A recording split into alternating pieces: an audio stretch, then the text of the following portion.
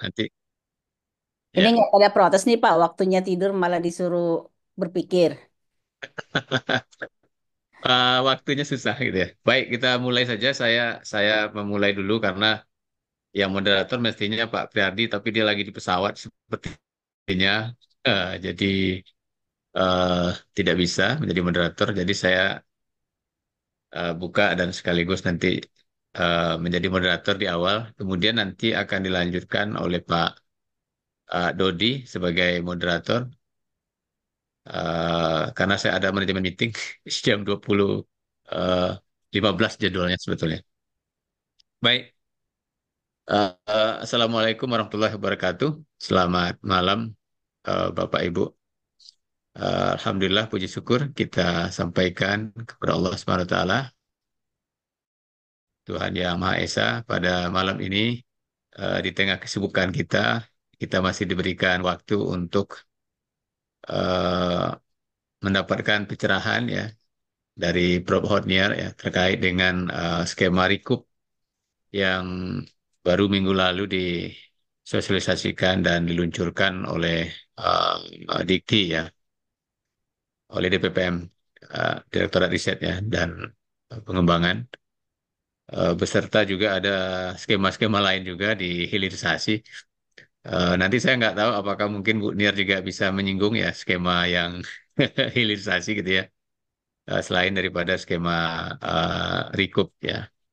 Jadi yang saya hormati Bapak Ibu pimpinan yang hadir, kemudian Bapak Ibu peneliti ya, dan yang teristimewa narasumber kita yang sangat luar biasa sibuknya karena memang tentu banyak juga ya kegiatan-kegiatan serupa yang diminta kampus-kampus lain juga dan kita menemukan kecocokan malam malam Jumat malam gitu ya.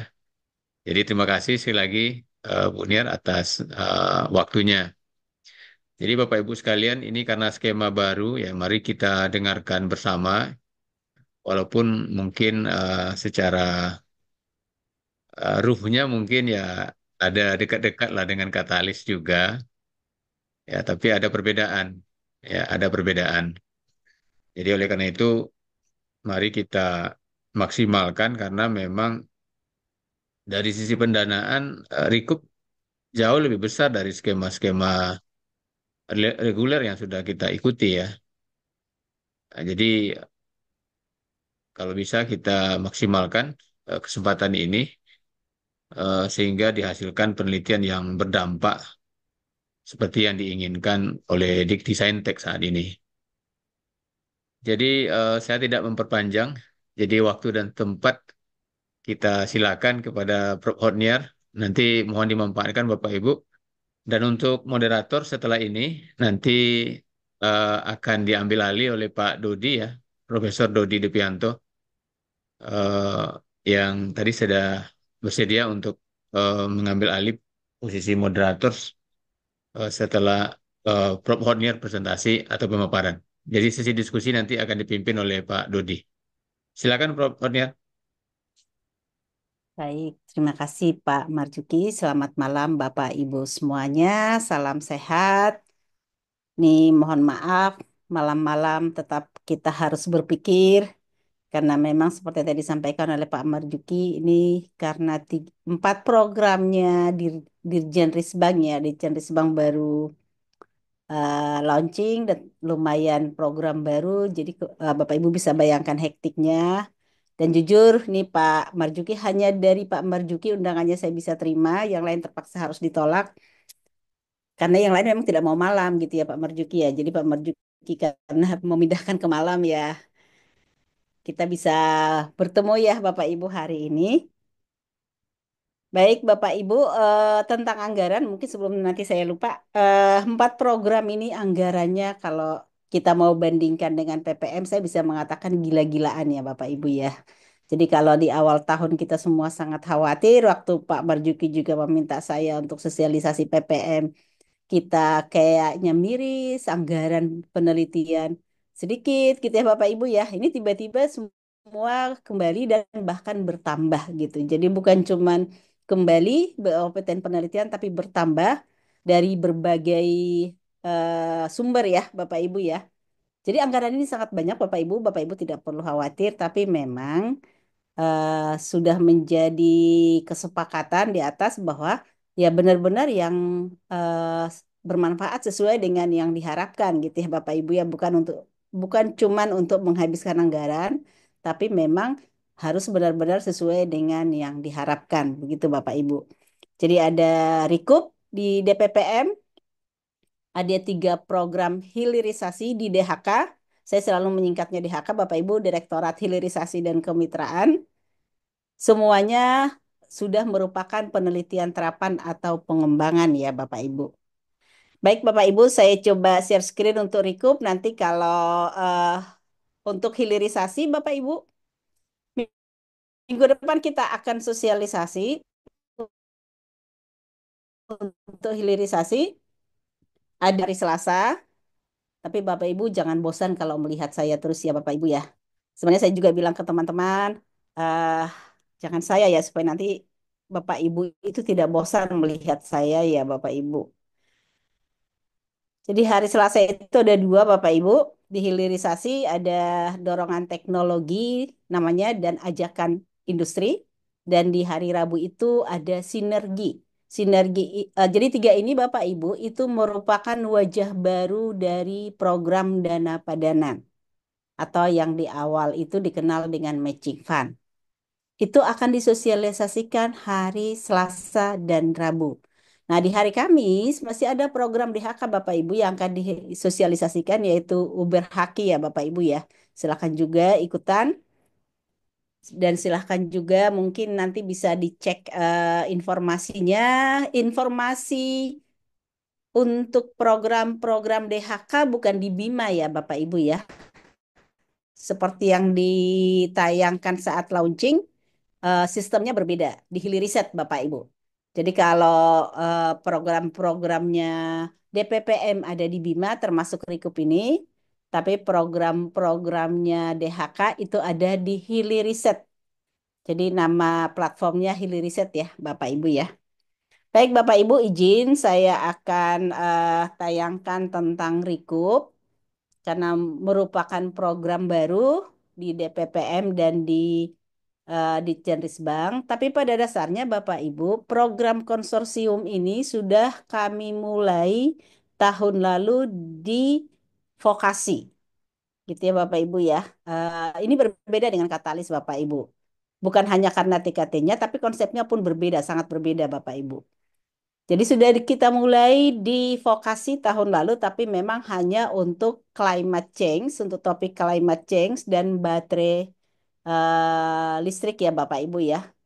Hanya itu gitu. Dan tahun ini konsorsium itu berlanjut, jadi tidak masuk ke sini, tapi masih eh, di bawahnya Pak Adi. Pak Adi itu adalah kepala tim Pokja di DHK Bapak Ibu di untuk hilirisasi ya. Baik Bapak Ibu, latar belakangnya kenapa harus ada konsorsium gitu ya Bapak Ibu.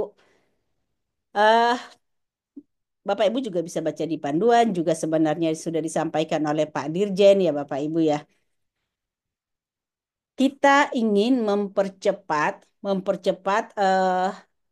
keberhasilan penelitian-penelitian ini gitu ya Bapak Ibu ya. Jadi kenapa berbeda dengan katalis? Bukan sebatas menyatukan penelitian yang setopik, bukan ya Bapak Ibu ya.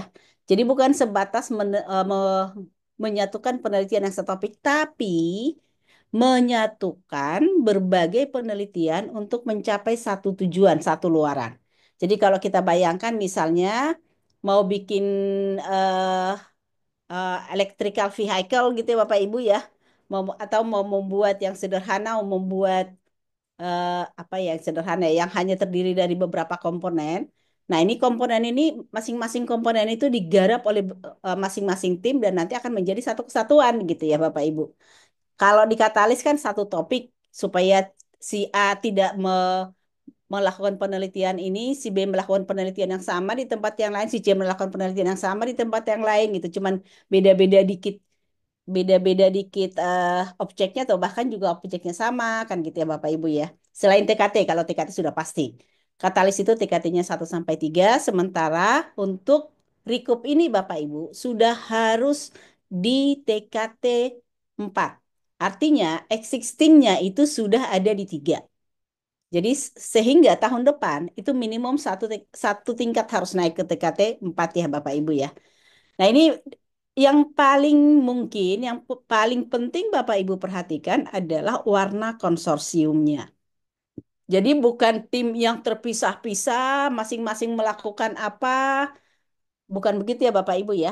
Ini harus terkoordinasi. Setiap tim ini harus terkoordinasi di bawah ketua konsorsium.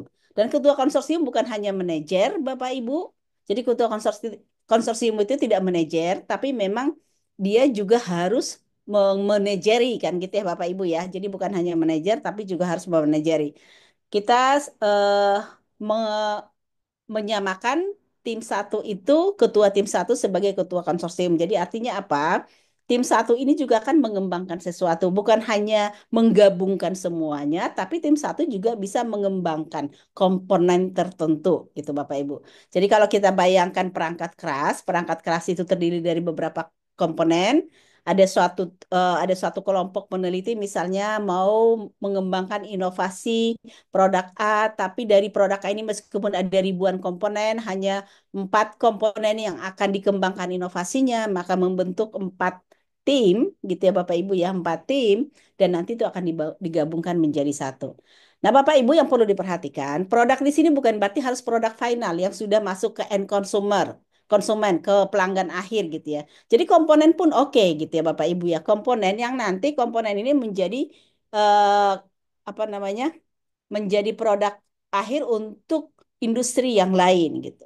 Jadi tidak harus produk yang sudah bisa digunakan di pasar oleh individual konsumen, tapi bisa menjadi pangsa pasar industri ya Bapak Ibu ya. Jadi kalau kita bayangkan misalnya laptop, bisa jadi mungkin Bapak Ibu hanya mengembangkan timnya ya, tim konsorsiumnya itu hanya mengembangkan baterainya gitu Bapak Ibu karena di dalam baterai itu juga ada banyak komponen yang bisa dikerjakan secara bersama-sama dalam satu konsorsium gitu ya Bapak Ibu. Jadi baterai itu tentunya akan menjadi eh, produk yang dibutuhkan oleh produsen laptop kan gitu ya Bapak Ibu ya. Jadi tidak harus laptopnya gitu ya Bapak Ibu ya tidak harus seperti itu. Tapi tentunya harus dipikirkan memang dibutuhkan konsorsium, bukan anggota peneliti ya Bapak Ibu ya.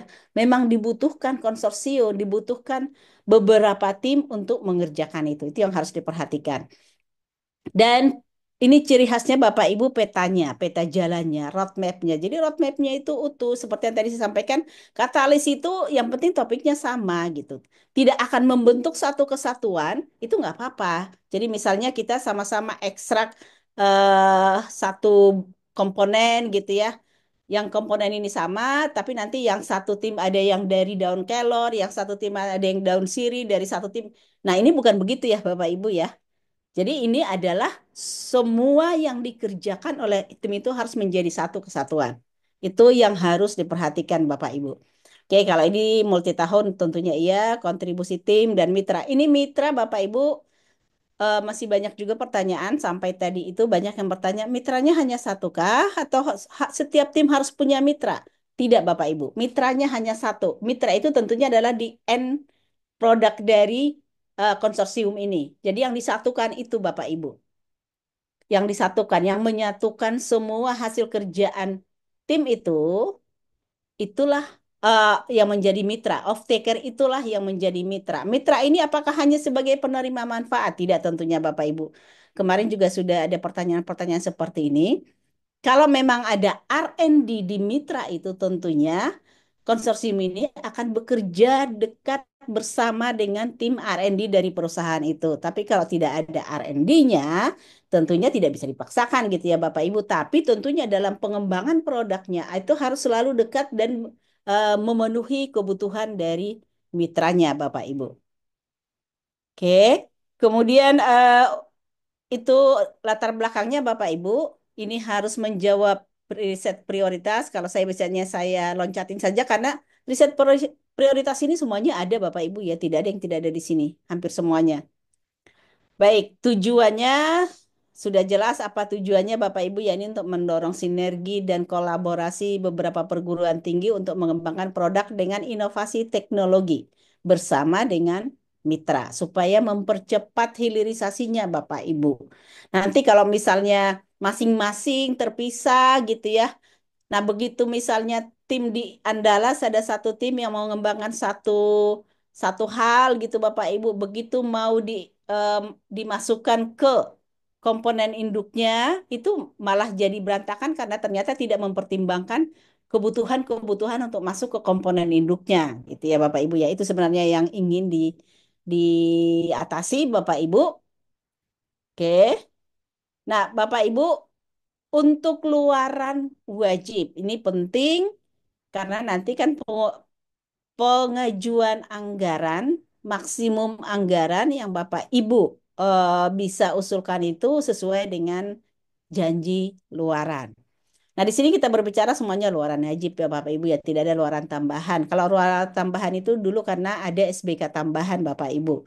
Dan kalau Bapak Ibu ingat, luaran tambahan itu dan SBK tambahan itu kita menjanjikan luaran tambahan kalau tidak tercapai ya nggak masalah karena SBK tambahannya akan keluar kalau luaran tambahannya tercapai. Meskipun dalam tahun kalender ya Bapak Ibu ya. Kalau luaran tambahannya tidak tercapai ya tidak akan keluar SBK tambahannya. Nah, kalau di sini setiap luaran itu konsekuensinya adalah anggaran. Gitu ya Bapak Ibu ya. Sehingga setiap Bapak Ibu menjanjikan luaran, maka itu harus tercapai sehingga menjadi luaran wajib ya Bapak Ibu ya. Baik Bapak Ibu, tadi Rikup ini bisa diusulkan 1 tahun, bisa 2 tahun, bisa 3 tahun. Bisa memilih, bebas memilih Bapak Ibu. Jadi 1 tahun juga boleh, 2 tahun juga boleh, 3 tahun juga boleh. Kalau misalnya Bapak Ibu mengatakan sebenarnya produk kami ini, konsorsium kami ini belum sampai di TKT 9 kalau hanya 1 tahun. Tapi kami mau 1 tahun dulu, siapa tahu mungkin Bapak Ibu baru mau mematangkan ya, mematangkan konsorsiumnya silahkan Bapak Ibu. Boleh 1 tahun. Jadi tidak harus di akhir dari eh, konsorsium ini, kerjasama konsorsium ini pada tahun usulannya itu, pada periode usulannya itu tidak harus sudah sampai di TKT 9. Jadi misalnya berhenti di TKT 5 atau di TKT 6 tidak masalah. Tahun berikutnya mau diusulkan lagi silahkan tidak masalah. Atau mau mau pindah ke DHK, Direktorat Hilirisasi dan Kemitraan silahkan tidak masalah Bapak Ibu. Tapi kalau konsorsium itu hanya ada di DPPM ya Bapak Ibu ya. Kalau di DHK nanti tidak ada konsorsium Bapak Ibu. Baik, untuk usulan 1 tahun Bapak Ibu, oh ya, di sini kita mengenal luaran wajib konsorsium. Kalau luaran wajib konsorsium itu artinya menyatukan semua pekerjaan tim yang ada di dalam konsorsium. Nah, di luar itu nanti masing-masing tim mungkin bisa menghasilkan luaran Bapak Ibu yang bisa dijanjikan sehingga nanti juga bisa menambah anggaran gitu ya Bapak Ibu ya. Luaran wajib konsorsium Bapak Ibu, kalau usulannya hanya 1 tahun, itu boleh memilih antara model atau purwarupa atau prototip. Jadi boleh memilih salah satu dari sini Bapak Ibu. Model boleh, prototipe atau purwarupa boleh, silahkan. Tidak masalah Bapak Ibu, salah satu. Gitu ya. Ini luaran konsorsium ya Bapak Ibu ya. Jadi nggak bisa nanti, ini luaran kami, tapi ternyata hanya dari 4 tim di dalam konsorsium itu ternyata luarannya tim keempat gitu. Bukan Bapak Ibu. Jadi harus yang sudah menyatukan semua yang dikerjakan oleh tim.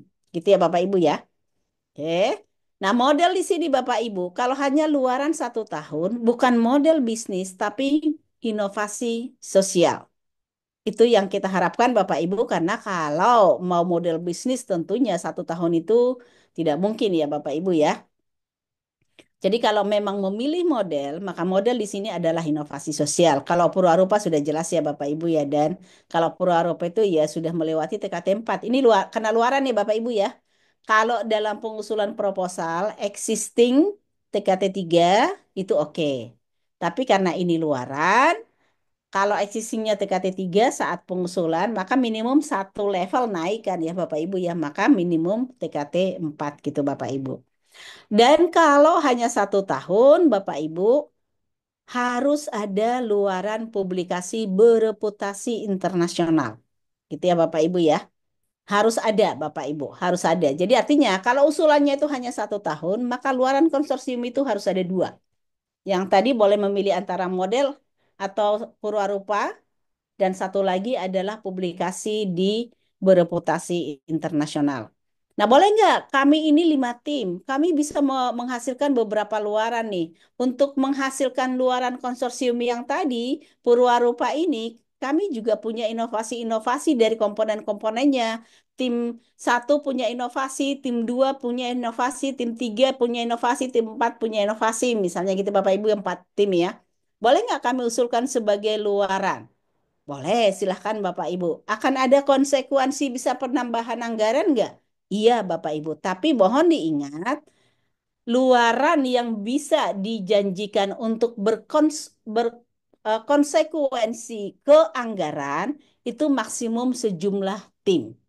Jadi kalau tadi sudah ada 2 luaran, model atau satu purwarupa konsorsium ini, kemudian satu publikasi bereputasi internasional, maka hanya boleh ada 2 tambahan yang lain yang berkonsekuensi ke anggaran. Kalau misalnya Bapak Ibu mau menjanjikan 10 luaran, nggak masalah gitu ya Bapak Ibu ya. Jadi ini hanya konsekuensi terhadap anggaran Bapak Ibu. Itu ya Bapak Ibu ya. Oke, tapi memang Bapak Ibu kalau mau menjanjikan 10 luaran mungkin nanti tidak bisa diinput di sistem, tapi Bapak Ibu bisa masukkan di proposal karena sistem itu harus kita kunci karena ada konsekuensi ke anggaran ya Bapak Ibu ya, total anggaran yang bisa diusulkan. Kemudian kalau diusulkan 2 tahun Bapak Ibu, yang 2 tahun ini, maka tahun pertama luarannya itu harus KI. Luaran konsorsium loh ya Bapak Ibu ya. Ini bukan KI yang melindungi komponen yang dihasilkan salah satu tim, bukan Bapak Ibu. Tapi KI yang melindungi produk, apakah apakah proses gitu ya Bapak Ibu ya, yang melindungi produk atau proses yang dihasilkan oleh konsorsium. Itu mohon diperhatikan ya Bapak Ibu ya.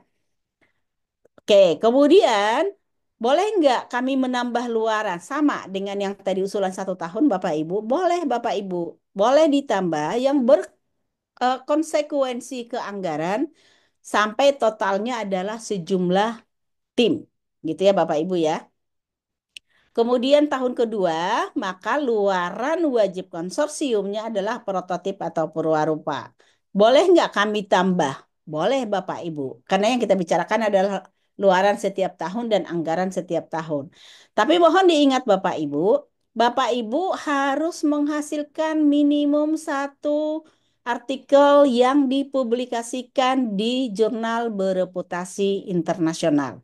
Minimum. Jadi kalau artinya Bapak Ibu mau setiap tahun silahkan. Setiap tahun lebih dari satu karena masih memenuhi dengan jumlah tim, perhitungan jumlah tim silahkan gitu Bapak Ibu ya. Silahkan Bapak Ibu, tidak dilarang. Gitu ya. Oke. Kalau mau dijanjikan untuk berkonsekuensi ke anggaran silahkan. Tapi kalau misalnya saya tidak akan janjikan deh, tapi saya mau hasilkan karena saya mau menambah luaran Purwarupa karena Purwarupa kan 500 juta. Kalau publikasi di bereputasi internasional kalau hanya 150 juta gitu ya Bapak Ibu ya silahkan. Tapi diingat selama periode penelitian harus ada minimum satu gitu ya Bapak Ibu ya. Kalau 3 tahun, Bapak Ibu, kalau usulan 3 tahun, tahun pertama sama, tahun kedua sama gitu ya, luaran konsorsiumnya, luaran wajib konsorsiumnya. Tahun ketiga itu harus model bisnis, bukan model inovasi, Bapak Ibu. Jadi bukan inovasi sosial, karena kalau sudah 3 tahun, berarti itu arahnya adalah komersialisasi. Maka tahun ketiga itu harus model bisnis ya, Bapak Ibu ya.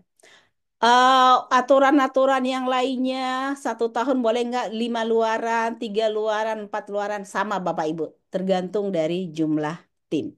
Gitu ya Bapak Ibu ya. Jadi di sini sudah disampaikan bahwa setiap konsorsium itu harus menghasilkan satu luaran konsorsium dan dapat ditambah sebanyak jumlah tim dikurangi satu. Kenapa jumlah tim dikurangi satu? Karena sudah ada satu luaran konsorsium, Bapak Ibu. Sehingga kalau di total luaran itu adalah sejumlah tim. Gitu ya Bapak Ibu ya. Dengan eh, luaran di publikasi bereputasi internasional minimum satu selama periode penelitian. Oke, itu luaran Bapak Ibu untuk kegiatan ini. Nah, untuk persyaratan Bapak Ibu konsorsium ini terdiri dari 2 sampai 5 tim dari perguruan tinggi yang berbeda di bawah Kemdikti Saintek. 2 sampai 5. Kurang dari 2 tentunya tidak boleh ya Bapak Ibu ya. Kalau kurang dari 2 namanya itu bukan konsorsium lagi gitu ya Bapak Ibu ya. Kalau lebih dari 5 bagaimana? Kalau lebih dari 5 boleh Bapak Ibu, tapi itu nanti akan dikaji oleh tim DPPM, dilihat kepentingannya dan apakah itu perlu disetujui atau memang sebenarnya tidak perlu lebih dari 5 tim ya Bapak Ibu ya.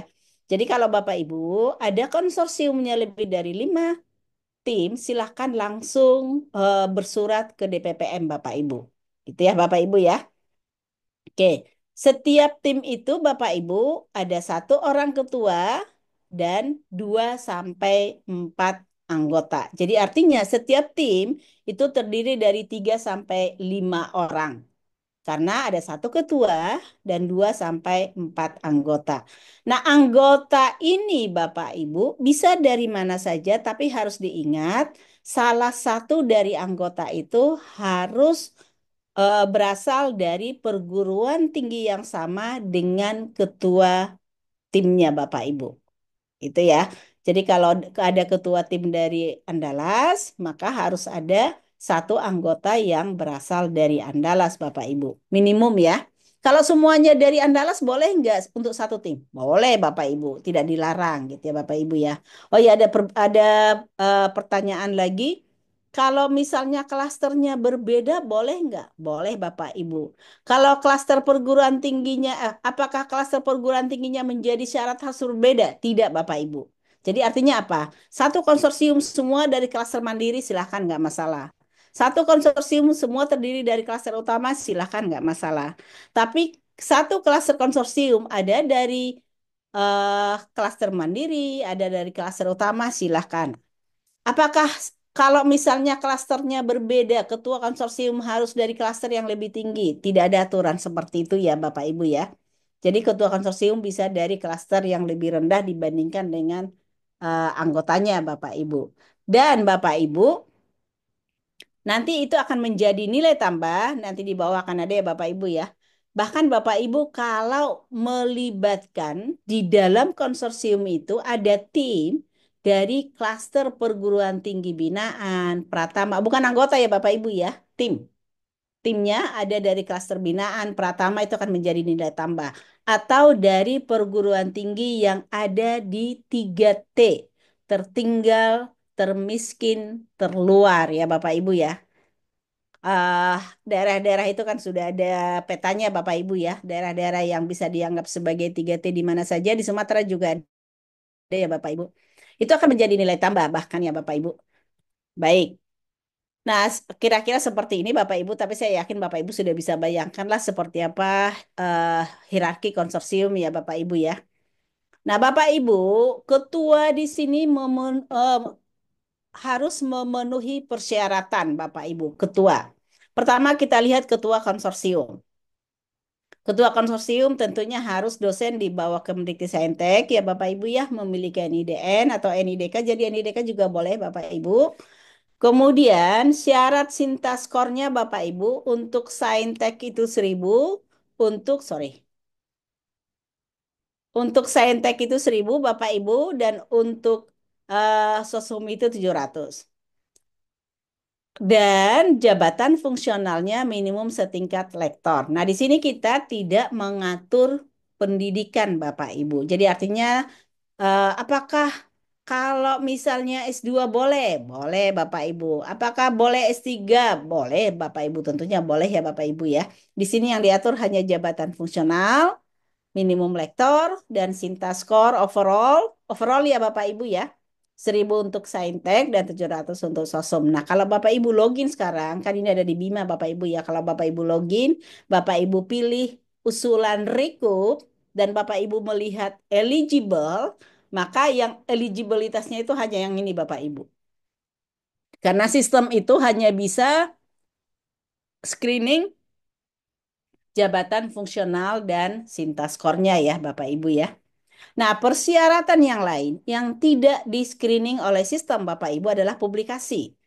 Nah, ketua konsorsium memiliki minimum, Bapak Ibu, memiliki minimum dua publikasi yang relevan, harus relevan dengan topik yang usulannya Bapak Ibu ya, sebagai penulis pertama atau korespondensi pada jurnal terindeks Scopus dan Web of Science. Ini sudah jelas ditulis loh ya Bapak Ibu. Tapi entah kenapa dari kemarin masih banyak yang bertanya, apakah tidak bisa Sinta 2, apakah tidak bisa Sinta 1. Sebenarnya kalau Sinta 1 sudah banyak terindeks Scopus ya Bapak Ibu ya. Jadi ini Bapak Ibu, ini tentunya persyaratan ini sudah resmi di launching, sudah ada di buku panduan, jadi tidak ada tawar-menawar lagi ya Bapak Ibu ya. Dan ini dan ya Bapak Ibu bukan atau memiliki satu kekayaan intelektual selain hak cipta. Ini dan bukan atau gitu ya Bapak Ibu ya. Jadi artinya Bapak Ibu harus pikirkan untuk memilih ketua konsorsium. Bukan berarti kalau nanti bisa mengusulkan di Bima dianggap sudah memenuhi persyaratan, tidak ya Bapak Ibu ya, karena yang dua ini tidak di screening oleh Bima. Hanya yang dua di atas yang di screening oleh Bima ya Bapak Ibu ya. Oke, itu untuk ketua konsorsium Bapak Ibu. Nah, ketua tim juga Bapak Ibu ada persyaratannya. Lebih rendah dibandingkan dengan ketua konsorsium. Kalau yang tadi sama ya di bawah Kemdikti ini kurangi satu Bapak Ibu. Di sini yang tidak ada adalah kepemilikan KI Bapak Ibu. Jadi tidak diharuskan ada KI.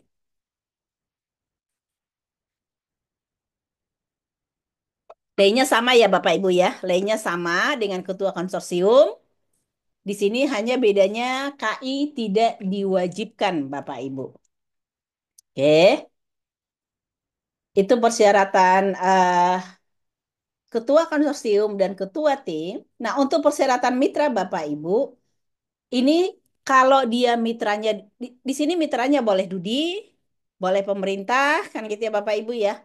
Boleh legislatif, boleh LSM atau organisasi lain, boleh Bapak Ibu sebagai mitra tidak masalah. Tapi kalau mitranya adalah Dudi, maka harus sudah beroperasi minimum 2 tahun sebelumnya, Bapak Ibu. Jadi sudah beroperasi minimum 2 tahun. Nah, kalau ada persyaratan begini, Bapak Ibu, tentunya Bapak Ibu harus berpikir bagaimana saya membuktikan ini. Berarti kan harus ada dokumennya ya, Bapak Ibu ya. Jadi jangan hanya membaca persyaratan tapi tidak menyediakan dokumen untuk bisa diverifikasi bahwa itu memenuhi persyaratan. Meskipun tidak diminta ya, Bapak Ibu ya. Maksudnya meskipun tidak disediakan template gitu ya. Tapi tentunya memang akan diminta dokumen-dokumen pendukung, Bapak Ibu. Silahkan. Dan telah mempunyai nomor induk berusaha. Kenapa kita meminta nomor induk berusaha ini, Bapak Ibu? Karena kita, kalau itu adalah Dudi, maka ada skala usaha minimum. Jadi skala usaha minimum di sini adalah mikro ya, Bapak Ibu ya. Artinya apa Bapak Ibu? Tolong dicek karena dokumen NIB itu suka berbeda-beda Bapak Ibu. Dokumen yang diunggah itu, yang disampaikan itu menunjukkan skala usahanya enggak. Kalau tidak menunjukkan cari lagi Bapak Ibu dokumen yang resmi yang menunjukkan skala usaha gitu ya. Ini semua dikerjakan oleh pengusul bukan mitra ya Bapak Ibu ya. Mitra tidak akan login ke Bima.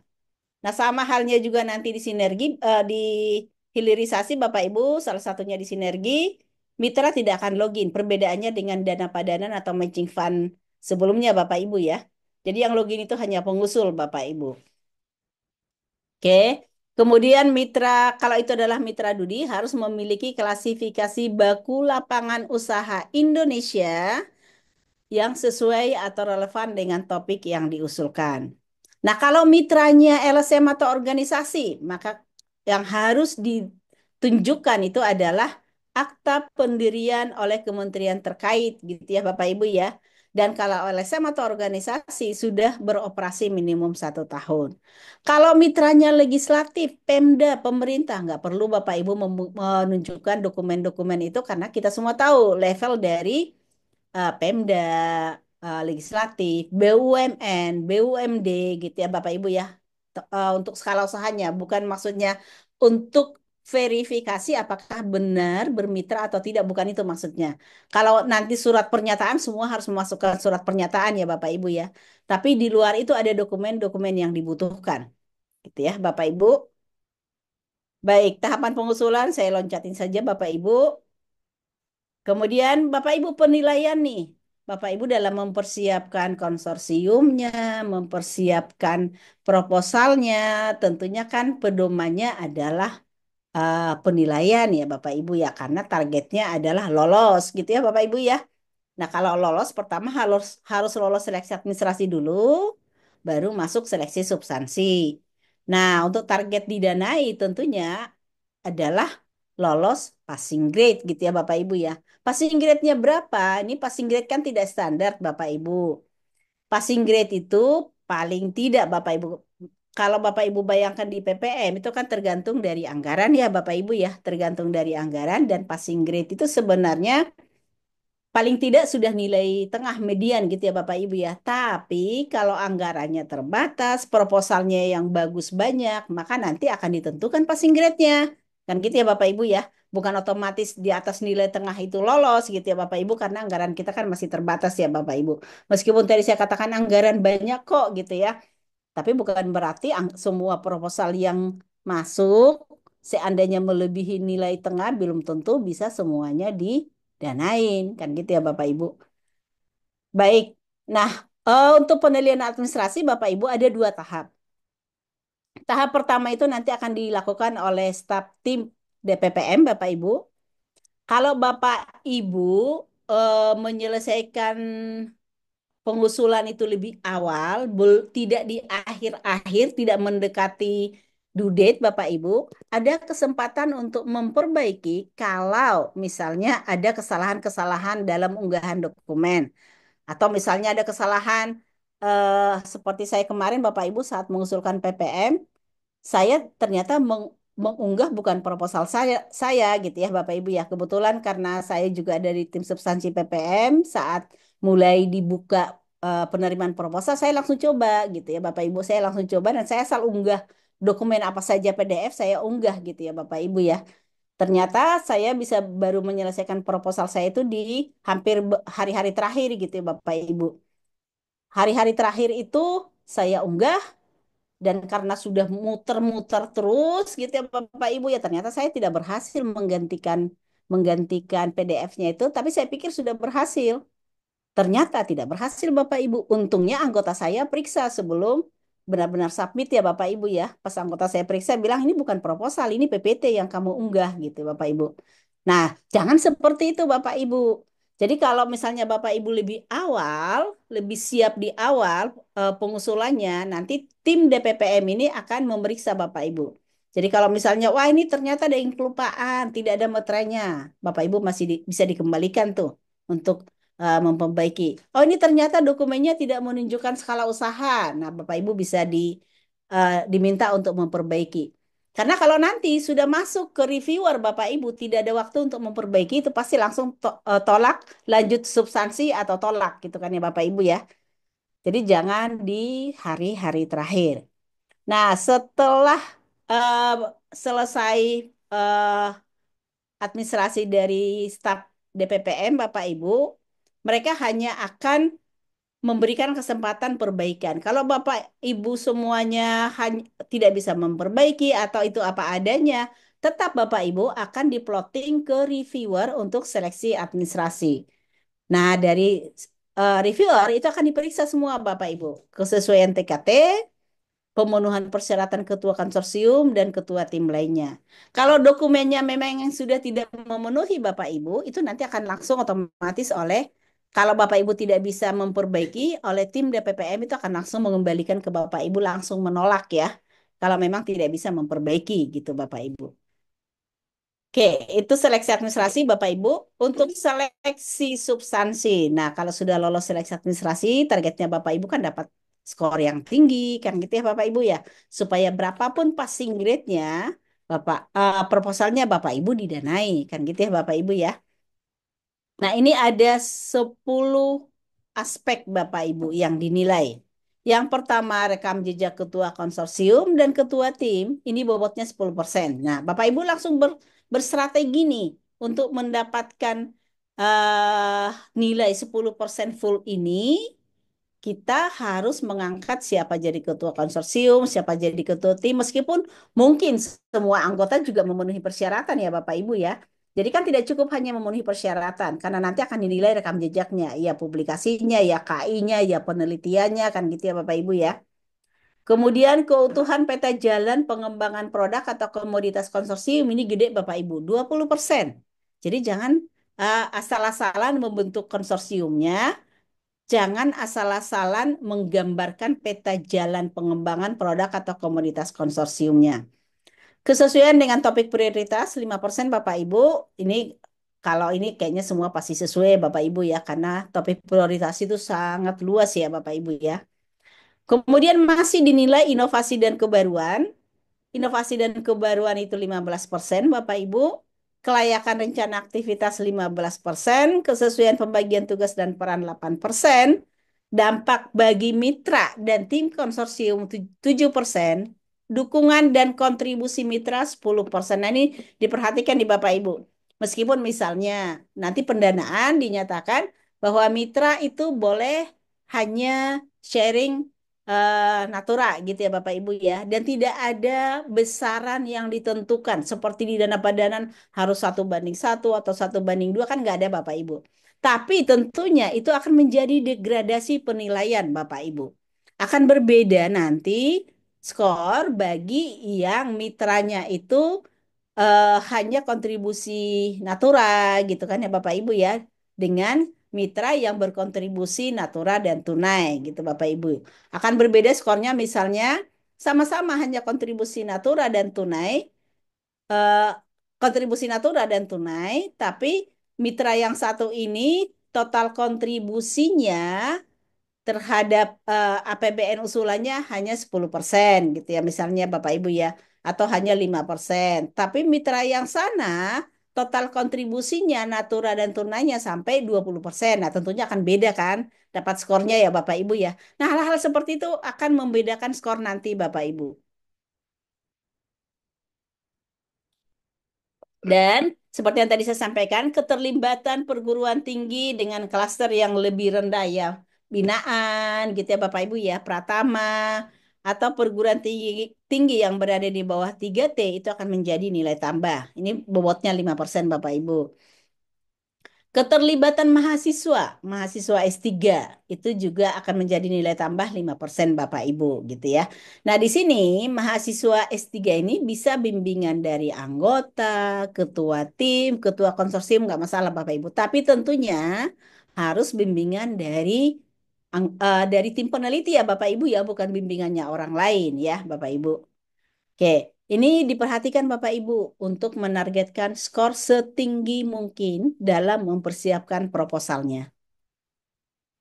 Nah, ketentuan penganggaran Bapak Ibu ini sangat penting ya Bapak Ibu ya. Bapak Ibu tidak akan bersusah-susah membuat proposal gitu ya Bapak Ibu ya, kalau bukan untuk mendapatkan anggaran. Nah, itu diperhatikan Bapak Ibu, aturan-aturan dalam pengusulan anggaran gitu ya Bapak Ibu ya. Saya tidak akan membahas panjang lebar tentang anggaran selain ini perbandingan dengan mitra, tapi Bapak Ibu tolong diperhatikan, kita berbasis SBK, jadi tidak ada pertanggungjawaban dalam bentuk kwitansi dan yang lain-lain seperti yang di dana padanan sebelumnya gitu ya Bapak Ibu ya. Ini pertanggungjawabannya SPTJB berbasis SBK. Tapi Bapak Ibu tentunya tetap menyimpan kwitansi-kwitansi, entah disimpan sendiri atau tergantung dari kebijakan perguruan tinggi Bapak Ibu ya. Karena setahu saya sampai sekarang ada perguruan tinggi yang kebijakannya laporan keuangan disimpan di lembaga penelitian perguruan tingginya. Tapi ada perguruan tinggi yang disimpan oleh masing-masing penelitinya. Kan gitu ya Bapak Ibu ya. Itu diikuti tentunya kebijakan di masing-masing perguruan tinggi. Dan tetap berbasis SBM Bapak Ibu. Karena usulan anggaran kita masih dinilai Bapak Ibu. Jadi tidak otomatis misalnya tadi mengusulkan kami akan menghasilkan satu KI, dua perwarupa, satu publikasi gitu. Nggak otomatis langsung 1,25, 1,350, nggak otomatis Bapak Ibu. Tidak otomatis langsung 1,5 lima ratus 700 tambah 1,850 ya Bapak Ibu ya. Tidak otomatis dapat segitu.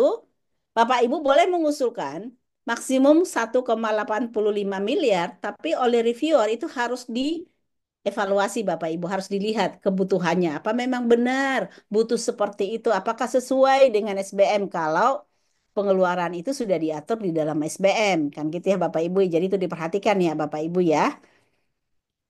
Baik Bapak Ibu, untuk kontribusi mitra, tahun pertama mitra diharapkan memberikan kontribusi pendanaan minimum natura. Kontribusi pendanaan tunai akan menjadi nilai tambah. Seperti yang tadi saya sampaikan, Bapak Ibu, akan masuk ke degradasi penilaian perbandingan dari total kontribusinya. Baik hanya natura, baik hanya tunai, baik natura dan tunai gitu ya Bapak Ibu ya. Meskipun di sini tunai akan menjadi nilai tambah Bapak Ibu. Kalau mengusulkan 1 tahun, boleh Bapak Ibu hanya ini gitu ya. Misalnya, wah adalah saya nggak bisa menambah nilai di sini gitu ya. Misalnya karena eh, mitra saya itu belum yakin nih dengan kerjasama kami, tapi mereka berkontribusi sih untuk Natura gitu ya Bapak Ibu. Nah, silahkan Bapak Ibu hanya Natura gitu ya, meskipun usulannya hanya 1 tahun gitu ya Bapak Ibu ya. Nah, kalau usulannya 2 tahun Bapak Ibu, maka tahun kedua itu kontribusi tunai itu wajib Bapak Ibu. Kalau usulannya 2 tahun dan minimum 10%. Kalau lebih dari 10% itu akan menjadi nilai tambah. Tadi saya sudah sampaikan bagaimana degradasi nilai ya Bapak Ibu ya. Skornya itu sama dengan di PPM Bapak Ibu 1 sampai dengan 4. Bagaimana nilai itu, skor itu berpindah dari 1 ke 2, 2 ke 3, 3 ke 4. Itu dari yang tadi saya sampaikan Bapak Ibu. Kalau diusulkan 3 tahun, maka tahun ketiga kontribusi tunai itu akan harus naik Bapak Ibu, minimum 20%. Nah gitu ya kira-kira Bapak Ibu ya. Di sini tidak ada ketentuan harus sekian berbanding sekian, tidak ada. Tapi total kontribusi mitra itu akan menjadi degradasi nilai total kontribusi ya Bapak Ibu ya, dan juga kontribusi tunai itu persentasenya akan menjadi degradasi nilai. Oh ya Bapak Ibu, persentase tunai ini bukan terhadap usulan ke APBN, tapi terhadap total kontribusi mitra. Jadi kalau misalnya nih, oh kontribusi mitra ternyata totalnya hanya 10 juta. Nah, kalau kontribusi mitra 10 juta, wajib ada tunai di tahun kedua, maka tentunya tunainya minimum 1 juta. Gitu ya Bapak Ibu ya, minimum ya 1 juta. Oke, itu penganggaran Bapak Ibu. Kemudian Bapak Ibu sebelum masuk ke sistem harus tahu nih berapa besar anggaran yang bisa kami usulkan karena itu kan harus didiskusikan untuk merencanakan aktivitas, luaran dan yang lain-lain ya Bapak Ibu ya. Seperti yang tadi saya sampaikan, penganggaran itu berbasis SBK. Nah, yang kita gunakan dari SBK Bapak Ibu itu adalah luaran KI, luaran Purwarupa, luaran model, dan luaran artikel bereputasi internasional. Nah, untuk KI, anggarannya maksimum 700 juta, untuk Purwarupa maksimum 500 juta, untuk model maksimum 250 juta, dan untuk artikel bereputasi internasional maksimum 150 juta. Jadi ini ada simulasi Bapak Ibu, seandainya nih Bapak Ibu terdiri dari 3 tim, jadi konsorsiumnya ada 3 tim Bapak Ibu. Untuk 3 tim ini usulannya hanya 1 tahun gitu ya Bapak Ibu ya. Jadi ada 3 tim, usulannya hanya 1 tahun. Nah, luaran wajib konsorsium kalau hanya 1 tahun kan tadi pilihannya hanya ada dua, model atau Purwarupa gitu ya. Misalnya Bapak Ibu memilih Purwarupa, berarti nanti anggarannya itu sudah dapat maksimum 500 juta, maksimum ya Bapak Ibu ya. Lalu konsorsium itu berpikir nih tim dua ini juga mereka akan menghasilkan inovasi nih pada Purwarupa yang digunakan di luaran konsorsium itu gitu Bapak Ibu ya. Nah, berarti bisa menjanjikan nih luarannya Purwarupa lagi, maka anggarannya yang bisa tambah lagi adalah 500 juta. Nah, luaran ketiga ini harus ini Bapak Ibu, nggak bisa memilih yang lain lagi, nggak bisa memilih Purwarupa atau KI. Ini sebenarnya bisa memilih KI ya Bapak Ibu ya, tapi misalnya sudah diputuskan Purwarupa gitu ya. Nah, ini nggak bisa memilih yang lain, Bapak Ibu, luaran lainnya. Karena apa? Karena dalam periode penelitian itu harus ada satu publikasi di bereputasi internasional kan gitu ya Bapak Ibu ya. Maka luarannya tentunya adalah artikel bereputasi internasional. Maka total anggaran yang bisa diusulkan untuk melakukan semua aktivitas dalam rangka mencapai luaran ini adalah 1,15 M. Gede ya Bapak Ibu ya. Karena kita di PPM nggak pernah melihat angka 1,15 M ya Bapak Ibu. Dan ini hanya untuk 1 tahun gitu ya Bapak Ibu ya. Kalau di Katalis pun per, per tim kan hanya 150 juta gitu ya Bapak Ibu ya. Itu kira-kira simulasi ketentuan penganggarannya Bapak Ibu. Jangan lupa Bapak Ibu, penerimaan proposalnya sudah dimulai kemarin dan akan ditutup tanggal 13 Juli. Nah, itu untuk recoup ya Bapak Ibu.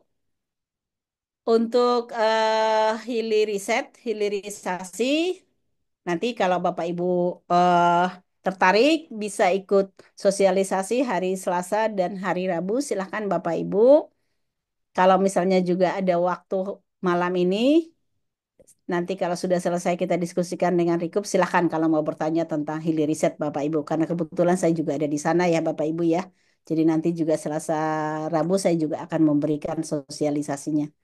Demikian Pak Dodi, saya kembalikan kepada Pak Dodi.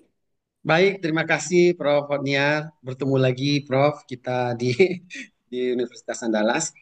Tadi sudah dijelaskan tentang Rikup oleh Prof. Hotniar sangat komplit ya. Tapi ini karena di Pak Andalas ini banyak juga tim kita yang berminat untuk Rikup ini. Jadi kita buka sesi tanya jawab berikutnya. Ini sudah ada bersama kita Prof. Yang raise hand sudah ada. Kemudian dan di chat box silakan kalau ada pertanyaan. Nah, karena waktu kita malam ini agak singkat, kita lanjut saja langsung ke pertanyaan ya Prof. Ya, kita kita Baik. minta. Karena malam-malam ini kayaknya kalau terlalu lama nanti sudah terlalu larut nanti. Oke, silakan yang pertama kita beri kesempatan pada Bu Prof. Ratni Primalita. Silakan Prof. Terima kasih Pak Dodi. Selamat malam. Assalamualaikum warahmatullahi wabarakatuh. Ibu Waalaikumsalam. Hotniar, ketemu lagi Bu. Alhamdulillah di Bima saya dibiayai berkat bertanya ke Ibu dulu. Selamat.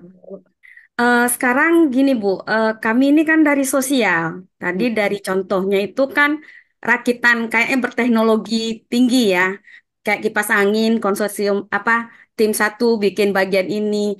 Kami yang sosial ini kan lebih ke mungkin menciptakan produk kreatif, misalnya di dalam seni, misalnya seperti itu.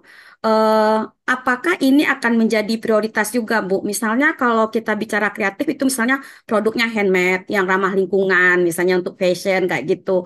Apakah ada peluang di konser ini? Karena dan kebayang tadi dari uraian Ibu itu ini produk yang harus industrialisasi dengan teknologi tinggi gitu. Sementara kami yang dari ilmu sosial ini yang mengarah ke seni itu lebih ke apa ya produk-produk kreatif yang tidak berteknologi tinggi tapi berinovasi misalnya untuk sustainability, penyelamatan lingkungan, komunitas sosial, meningkatkan income, isu-isu SDGs-nya tuh banyak gitu Bu. Tapi selalu berupaya untuk komersialisasi. Nah, itu kira-kira peluangnya bagaimana Bu? Itu yang pertama.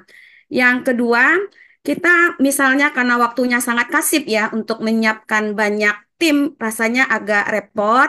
Kalau seandainya yang kebayang itu 2 tim gitu. Jadi tim satu misalnya dia bikin purwarupa, tim dua bikin model misalnya atau purwarupa lagi. Nanti yang luaran jurnal internasional bereputasinya itu apakah kami 2 tim ini membuat satu karena tidak ada lagi tim ketiga begitu loh Ibu. Nah, itu mungkin 2 pertanyaan yang saya ragu dari penjelasan tadi. Terima kasih buatnya. Terima kasih Pak Dodi. Baik, terima kasih Prof. Ratni. Ini pertanyaannya menarik ya karena ini adalah skim baru, jadi barangkali perlu apa namanya perlu inovasi juga membuat tim dan menyelesaikan dalam waktu yang singkat proposalnya karena sampai tanggal 17 Juli. Mungkin Prof. Hotniar, kami persilahkan Prof. Bagaimana kira-kira Pak, penjelasannya tentang 2 pertanyaan tadi? langsung ya Pak. Ya, Baik. langsung aja. Ini saya share kembali Bapak Ibu. Semua tidak ada yang ditinggalkan ya. eh Bu Ratni ya. Oke. Oke, ini kalau dilihat di prioritas ini Bu, nggak perlu khawatir. Yang Ibu sampaikan Oke, tadi itu ada di sosial budaya, ada budaya dan ekonomi ekonomi kreatif, kreatif. ada Oke, ekonomi sip. hijau, ada ekonomi biru, ada ekonomi digital, kan Ya. lengkap ya Bu ya. Jadi nggak Oke, perlu ya khawatir, Bu, semua terakomodir tercover ya ya. Bu ya. Iya, Nah, terima kasih. yang penting ada inovasinya kan gitu ya, eh, Ya. Bu Ratni ya.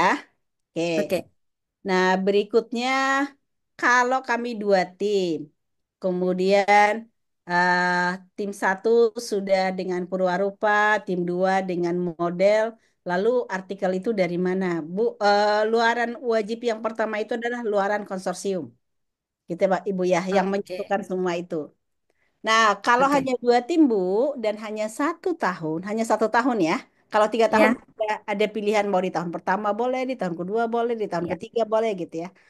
Kalau dua tim dan hanya 1 tahun, maka mau tidak mau timnya Ibu hanya boleh memilih antara Purwarupa atau model dan satu publikasi di Bureau Oke, Nasional.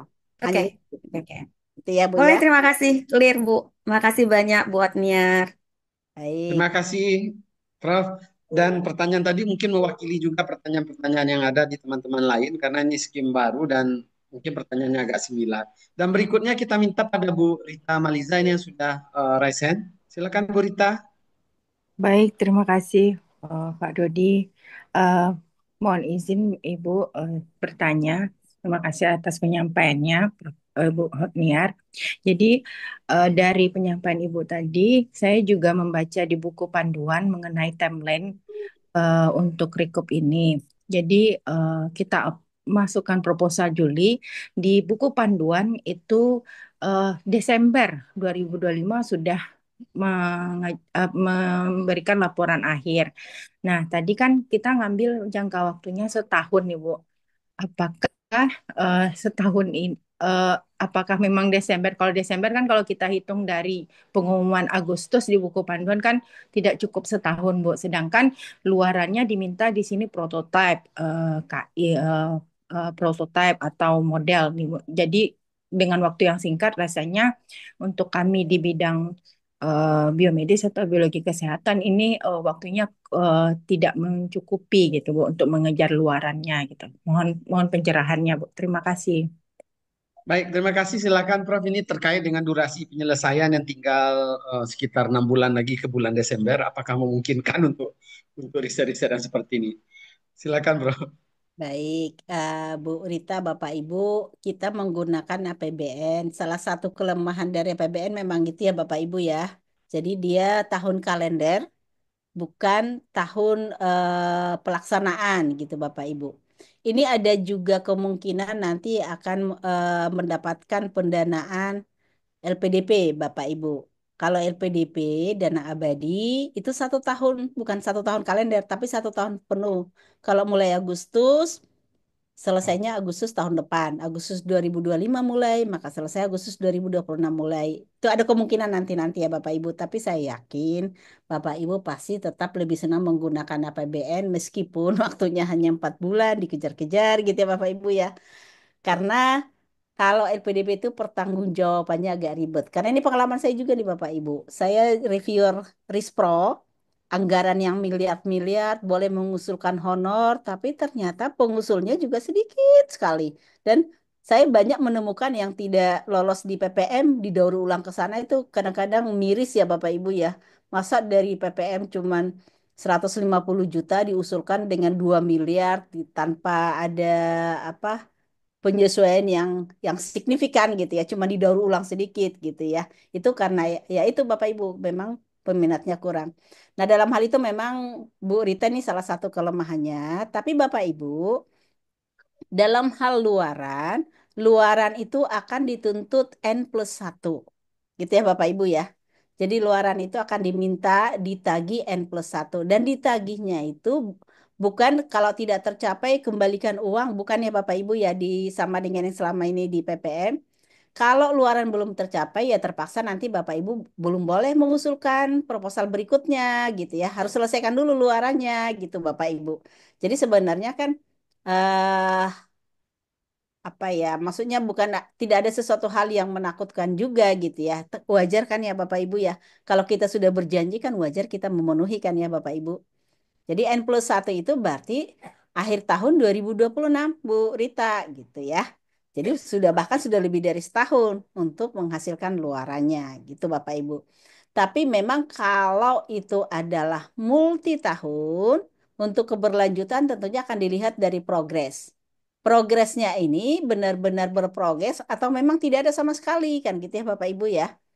Nah, itu diperhatikan Bapak Ibu. Tapi kalau misalnya Bu Rita dan Bapak Ibu mengusulkan 1 tahun, kemudian memilih luaran Purwarupa, karena masih pengujian-pengujian dan segala macam, nanti luarannya baru ada kayak kemarin itu ada yang mengatakan padi kami itu ya baru karena misalnya berhubungan dengan apa bibit ya Bapak Ibu ya dan padi tahun depan itu baru ada hasilnya gitu ya Bapak Ibu ya. Ya nggak apa-apa gitu Bapak Ibu, tapi memang mohon diperhatikan anggaran itu sudah harus pelaporan di Desember tahun 2025. Ada yang bisa di hold seperti misalnya publikasi. Itu sudah dianggap akan dikeluarkan, itu bisa Bapak Ibu dalam anggaran ya. Jadi kita masih menunggu artikelnya diterima atau tidak dan nanti kalau diterima kita akan pilih open access lumayan biayanya. Nah, biaya itu kita sudah usulkan ke pendanaan ini, anggarannya kita hold gitu ya Bapak Ibu ya, menunggu untuk nanti dibayarkan ke pengelola jurnal yang menerbitkan artikel kita. Begitu Bu Rita, Bapak Ibu. Jadi memang ada trade off-nya ya. Baik Ibu, Baik, terima kasih banyak Bu. baik, terima kasih Prof. Ini karena anggaran kita masih di APBN, berarti kita mengikuti aturan keuangan negara ya. Artinya Betul Pak Dodi. anggaran kita per tahun. Baik, ini di dalam chatbox juga sudah ada pertanyaan. Eh, Mungkin kita bacakan saja ini dari Prof. Aulia. Apakah boleh berasal dari Politeknik Negeri untuk tim konsorsiumnya? Atau yang kedua, itu untuk keterlibatan mahasiswa S3, apakah boleh kita anggarkan untuk honorarium atau upah gaji bulanan untuk mahasiswa S3? Mungkin kalian seperti ini agak detail-detail teknis ini bagaimana Prof. Nia? Baik, Pak Dodi, Bapak Ibu. Sekarang kita tidak mengkotak-kotakkan lagi antara vokasi dan akademik. Kan udah jadi satu ya Bapak Ibu ya. Ini saya kembali ke PPM Bapak Ibu di bawah DPPM itu karena sudah tidak ada vokasi. Karena beberapa tahun kemarin saya khusus di vokasi ya Bapak Ibu, lebih fokus di vokasi ya. Nah ini sudah tidak ada pengkotak-kotakan lagi Bapak Ibu, silahkan dengan politeknik, dengan yang lain-lain ya akademi gitu ya Bapak Ibu, ya nggak masalah. Tidak ada pengkotakan antara akademi dengan vokasi. Jadi boleh Bapak Ibu dengan politeknik gitu ya Bapak Ibu ya. Nah, tentang honor gitu Bapak Ibu. Memang ini karena kan ketentuannya anggota tim peneliti, ketua maupun anggota tidak boleh mengalokasikan honor gitu ya Pak Dodi Bapak Ibu ya. Memang itu akan menjadi tantangan juga. Makanya saya selalu sampaikan kalau kita melibatkan mahasiswa D1, D2, D3 sampai dengan S2, di sini kebetulan karena harus harus ya Bapak Ibu yang masuk ya sebagai anggota. Kalau tidak diharuskan sebagai anggota, nggak usah dimasukkan sebagai anggota peneliti Bapak Ibu, supaya nanti bisa dikasih honor sebagai pembantu peneliti, pembantu lapangan gitu ya Bapak Ibu. Tapi di sini memang diharuskan karena ada kebijakan-kebijakan tertentu nih, Pak Dodi, Bapak Ibu. Kenapa kami memasukkan harus ada anggota S3? Karena ada kebijakan-kebijakan tertentu dari atas dan itu perlu diakomodir. Ada niat-niat yang baik dari atas untuk mendorong S3 nih. Gitu. Kira-kira begitu, Pak Dodi, Bapak Ibu. Sehingga itu harus dimasukkan sebagai anggota peneliti, tidak boleh sebagai pembantu lapangan begitu. Nah, kalau sudah masuk anggota peneliti karena ketentuannya tim peneliti baik ketua maupun anggota tidak boleh eh, dianggarkan honorarium, maka ya tidak boleh ya Bapak Ibu ya meskipun dia adalah mahasiswa S3 S3. gitu ya Bapak Ibu. Baik, terima kasih. Ini clear jawabannya dan mengikuti SBM dan SBK yang berlaku ya. Artinya kita patuh dan taat pada aturan keuangan negara, penggunaan keuangan negara. mungkin ini ada juga satu pertanyaan terkait dengan anggaran ini, Prof. Jadi kita tahu bahwasanya luaran untuk Lingkup ini sangat apa namanya sangat tinggi ya, berupa bisa prototipe, rupa atau eh, bereputasi. Nah, kira-kira bagaimana strateginya ini, Prof? Karena pada penerimaan proposal BIMA kemarin, itu banyak teman-teman kita dari segi anggaran ini saya tanya sangat acak. Sampai ada yang sampai 50% didanai cuma dari usulan. Nah, kira-kira untuk lingkup ini potensi-potensi seperti itu apakah masih mungkin atau bagaimana strategi sebaiknya? Baik, Bapak Ibu. PPM kemarin memang itu agak ada hal di luar yang wajar kalau menurut saya ya, Pak Dodi ya. eh ada beberapa hal lah yang memang nanti juga kami coba cek lagi Bapak Ibu. Tapi di luar itu Pak Dodi, Bapak Ibu, usulan itu ada 53.000 judul Bapak Ibu usulannya. Anggarannya memang kemarin sudah kembali, tapi itu pun kembali kan tidak sampai 1 T ya Bapak Ibu ya. Sementara tadi saya katakan ini kita pakai passing grade. Passing grade-nya udah tinggi loh Bapak Ibu, Pak Dodi, Bapak Ibu ya. Dan juga tentunya kan harus memikirkan pemerataan Bapak Ibu. Dan memang PPM itu menjadi apa ya? Menjadi eh, kesempatan bagi semua dosen untuk terlibat menjadi peneliti ya Bapak Ibu ya. Jadi tidak boleh ada yang dianaktirikan gitu ya Bapak Ibu ya. Jadi hanya begitu Pak Dodi. Itu yang pertama ya. Jadi ada memang kebijakan seperti itu. Tapi Bapak Ibu memang kita juga perlu nih Bapak Ibu memperhatikan pengusulan anggaran. Jangan asal-asalan supaya menghabiskan anggaran gitu ya Bapak Ibu ya. Ini saya baru menyelesaikan seleksi substansi BIMTEK Bapak Ibu. Kemarin kita melakukan BIMTEK menambah karena ada anggaran lagi yang masuk ke PPM.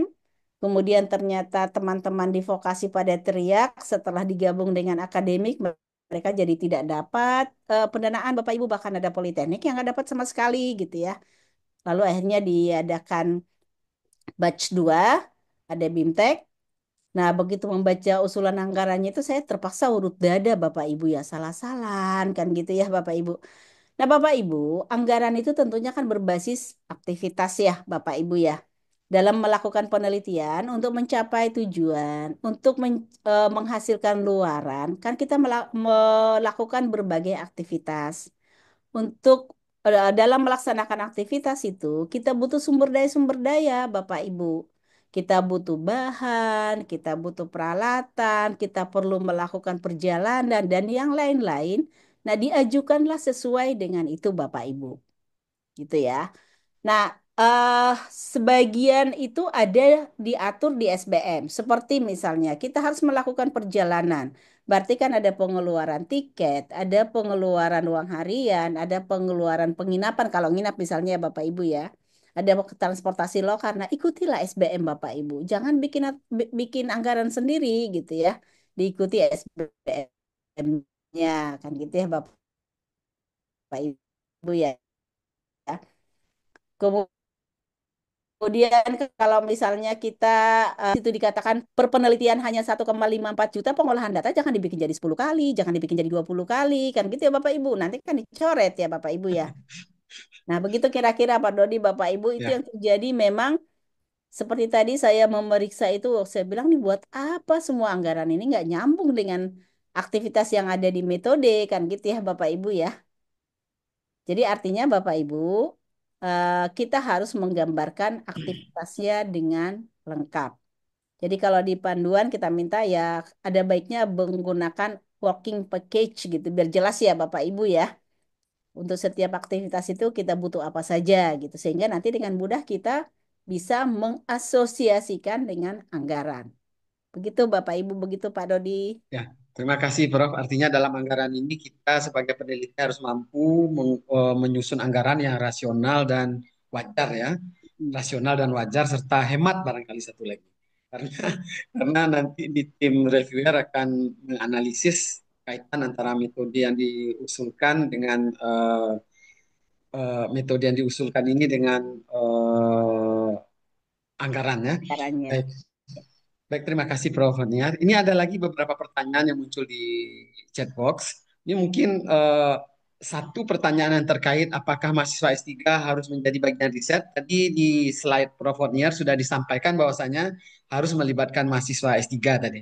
Jadi memang mahasiswa S3-nya menjadi bagian dari tim peneliti. Kemudian pertanyaan berikutnya ini ada pertanyaan lagi, Prof. Ini apakah dari satu universitas itu bisa membentuk apa namanya tim konsorsiumnya di dalam universitas? Jadi tidak dengan universitas lain, internal konsorsium boleh nggak ya? Ini pertanyaan dari teman kita dari Universitas Andalas juga. Jadi misalnya satu dari departemen elektrikal, satu dari departemen mekanikal. Jadi mereka membuat satu tim. Jadi konsorsiumnya di dalam universitas, bukan antar universitas. Nah, kemudian pertanyaan yang kedua ini, kira-kira beda luaran Purwarupa dengan prototipe ini berbeda nggak? Atau ini hal yang sama? Nah, jadi ada dua pertanyaan Prof dari chat box yang muncul sekarang. Mungkin bisa diberikan bantuan penjelasannya, Prof. Baik, Bapak Ibu, seperti yang tadi ada di persyaratan, tim itu harus dari perguruan tinggi yang berbeda. Jadi tidak boleh, misalnya nih ada konsorsium terdiri dari 5 tim, 2 tim dari perguruan tinggi yang sama, nggak boleh Bapak Ibu, bahkan 2 tim ya, apalagi kalau lima-limanya gitu ya Bapak Ibu ya. Jadi harus dari perguruan tinggi yang berbeda semuanya Bapak Ibu.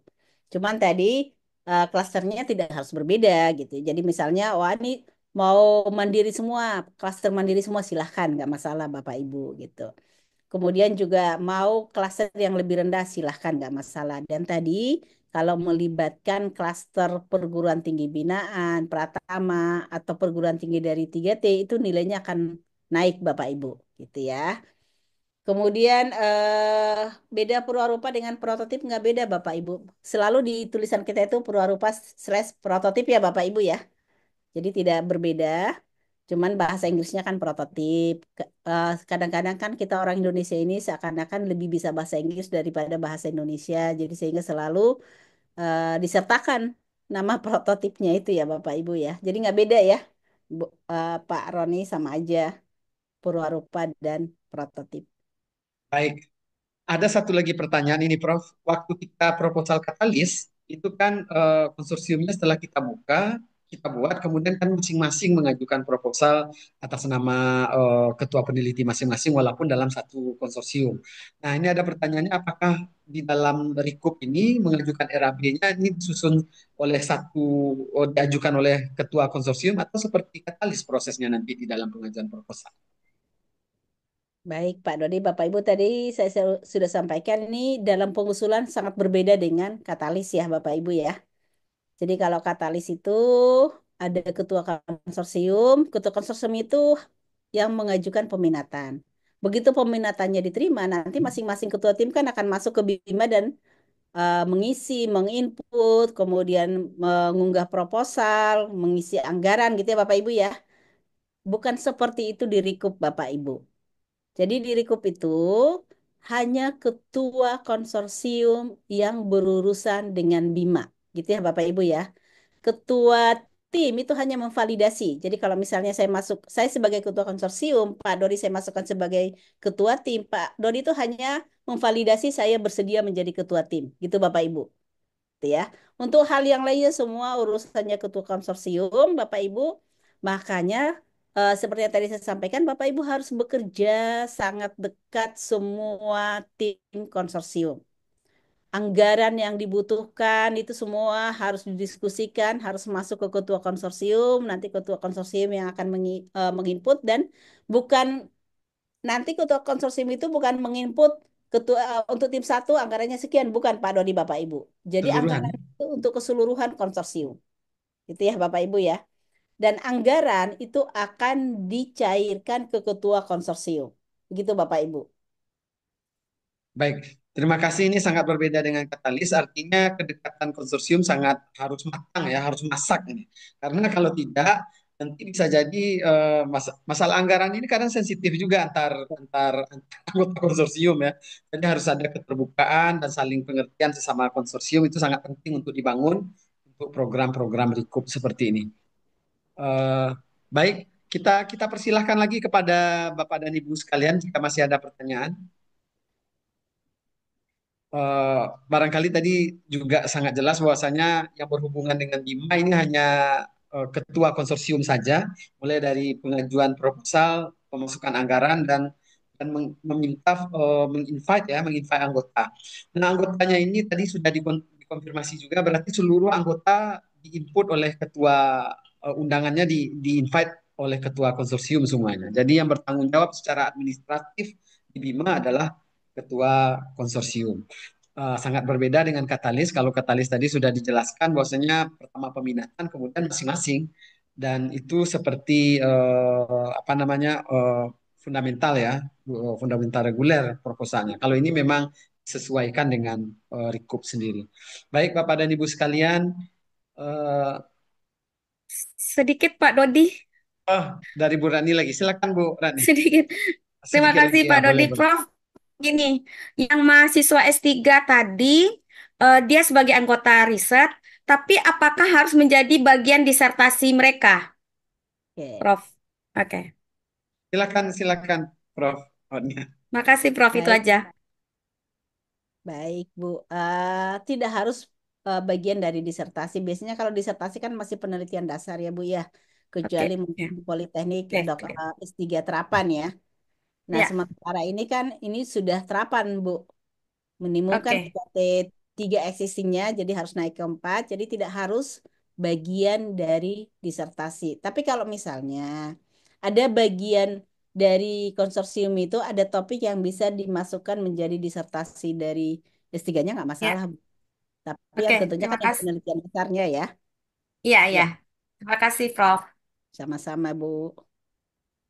Oke, ini mungkin kita ada dua pertanyaan lagi. Mungkin setelah ini kita beri kesempatan kalau masih ada satu lagi pertanyaan. Setelah itu mungkin kita cukupkan. Baik, ini ada pertanyaan lagi, Prof. Ini agak sedikit detail. Sebenarnya sudah ada dalam slide tadi, tapi tidak apa-apa kita apa namanya kita tanyakan lagi supaya tidak ada keraguan. Walaupun tadi sudah muncul di slide. Yang pertama untuk tim ini minimal berapa tim dalam konsorsium. Kemudian masing-masing tim itu masing-masing tim itu minimal berapa berapa pula anggotanya. Tadi saya tadi sudah lihat di slide tapi karena ditanyakan lagi tapi tidak apa-apa juga kita minta penjelasan ulang karena supaya meyakinkan. Yang kedua, ada batasan tahun nggak untuk publikasi internasional tadi dan syaratnya apakah sebagai penulis utama atau corresponding author untuk ketua konsorsium atau di ketua tim peneliti atau semua dari anggota konsorsium harus masuk sebagai author di publikasi internasional. Walaupun tadi sudah muncul, ini nggak apa-apa, Prof. Kita minta satu kali lagi dijelaskan tentang ini supaya tim-tim dosen kita lebih paham lagi. Makasih, Prof. Baik, Pak Dodi, Bapak Ibu, untuk timnya minimum 2, maksimum 5 gitu ya. Tapi kalau misalnya timnya lebih dari 5, dimungkinkan selama menginformasikan ke DPPM dan menjelaskan kenapa perlu lebih dari 5 timnya gitu ya Bapak Ibu. Kalau Bapak Ibu langsung input di Bima tidak akan bisa lebih dari 5. Makanya harus menginformasikan ke DPPM supaya dibukakan ke ketua konsorsium itu boleh menginput lebih dari 5 tim gitu ya Bapak Ibu ya. Jadi minimumnya 2 ya Bapak Ibu ya. Dan untuk setiap tim itu ada satu ketua dan ada anggota 2 sampai 4 orang. Jadi minimum 2 anggota dan maksimum 4 anggotanya. Dan untuk setiap tim ini harus ada satu minimum anggota yang berasal dari perguruan tinggi yang sama dengan ketua timnya. Begitu ya Bapak Ibu ya. Oke. Kemudian untuk persyaratan nih, apakah ada batasan tahun publikasi? Nggak ada Bapak Ibu. Nah untuk karena ada persyaratan ya Pak Dodi ya untuk ketua konsorsium itu 2 publikasi, 1 KI gitu ya untuk ketua tim, 2 publikasi. Itu tidak ada batasan tahun publikasi Bapak Ibu. Dan juga kita tidak menggunakan konsep predatory atau tidak. Jadi sering ada pertanyaan Pak Dodi, ini Ya. artikel ini dipublikasikan di jurnal A. Ternyata jurnal A-nya sekarang sudah discontinue, tapi artikel itu saat dipublikasikan di jurnal A masih terindeks Scopus. Nggak masalah Bapak Ibu, itu kita akui memenuhi persyaratan gitu ya Bapak Ibu ya. Jadi kita tidak mengatakan oh ini predatory nggak diakui gitu Bapak Ibu. Termasuk KI Bapak Ibu yang di persyaratan ketua konsorsium tidak ada tahun. Jadi misalnya nih Pak Dodi punya paten sudah 20 tahun yang lalu. Ternyata karena belum royalti, Pak Dodi nggak mau bayar maintenance nih, udah 20 tahun kan lumayan ya Pak ya, per 5 tahun ya. Jadi Pak Dodi tidak bayar nih. Pak Dodi unggah, tunjukkan memenuhi persyaratan KI, tapi itu sudah 20 tahun yang lalu nggak apa-apa Bapak Ibu. Gitu ya Bapak Ibu ya. Oke, jadi tidak ada batasan tahun ya Bapak Ibu. Itu satu lagi, Prof, apakah boleh sebagai corresponding author, Kak? Boleh Pak, boleh. Jadi penulis pertama atau korespondensi, baik sebagai ketua konsorsium maupun ketua tim.